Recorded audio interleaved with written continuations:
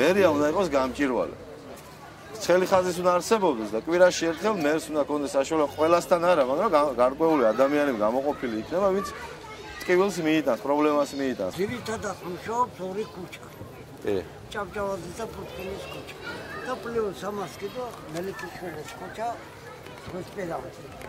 გადატვირთულია სულ, მეტ-უმეტეს აქ პიკის საათებში. თუ ხო შეიძლება ეს მახარაძის ქუჩა, ჩაიკოვსკის ქუჩა, კიროვოკანის ქუჩა, გავათავოთ უბრალოდ, გავაკეთოთ. რომ ეს მანქანები დატვირთვა, ნუ იქნება ამ ქუჩებში. რომ მოგვარს მე ასფალტირება გაკეთდეს და მე ხაზები გაიხსნას. განთავისუფლდეს შიგა ქალაქი. Хо мეთანხმები. Детям не дают после смерти отца деньги, я, бабушка, вынуждена работать, чтобы как-то содержать своих детей. Падიეში არის ძალიან დიდი სუნევები, სუნი დგება, მთელი პადვალი ჩადის, კანალიზაციები შედის პადვალში და იქიდან დგება სუნი და იქანე ჩდება წარმოვლები და მთელი ამბავია. ხო და მე ვერ ჩავდივარ პადიეში ისეთი სუნია. ჩქარავას ამბობ. ენერგოს განავინმემ ჩაგვეკითხა ჩვენ ვინ გვინდა, ან რა გვინდა. ასეთი რამე ჯერ არ ყოფილა.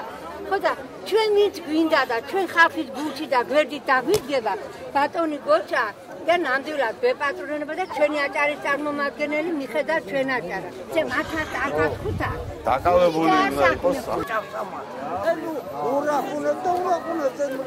მე ვფიქრობ რომ ამ ეზოში რაც პრობლემა არის უკვე ითქვა.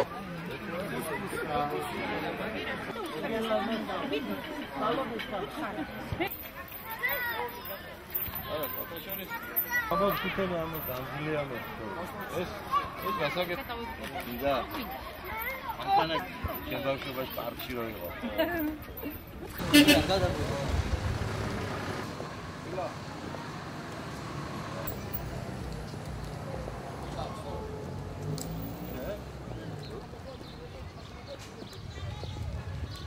შემოგვიში არ შე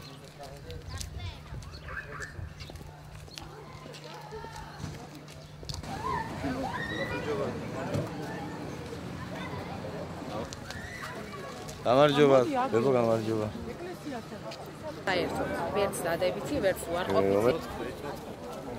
ძალიან კარგი იქნება თუ სტუდენტებს გვექნებოდი პერსპექტივა, რომ დაამთავროს დღესდღეობით სტუდენტმა კონკრეტულად ეს უნივერსიტეტი და შემდეგ ქონეს გარანტირებული 90% მაინც სამსახურის დაწყება. სტუდენტი რო დაამთავრებს არჩინებულად და განათლებას მიიღებს და დაასაქმე და მიიღებ მისგან რაც სოდნაში შენ ხელი შეუწყო, ჩვენი ქალაქი წინსვლით ასე წავაცია. ანუ კონკრეტულად არის ის, რომ ბათუმში კერავს. რატო უნდა იყოს კანალიზაცია მოდიოდეს ეზოში?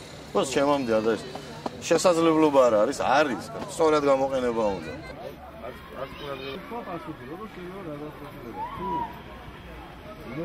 შევცვალოთ ჩვენი ბათუმის მომავალი. სიკეთის.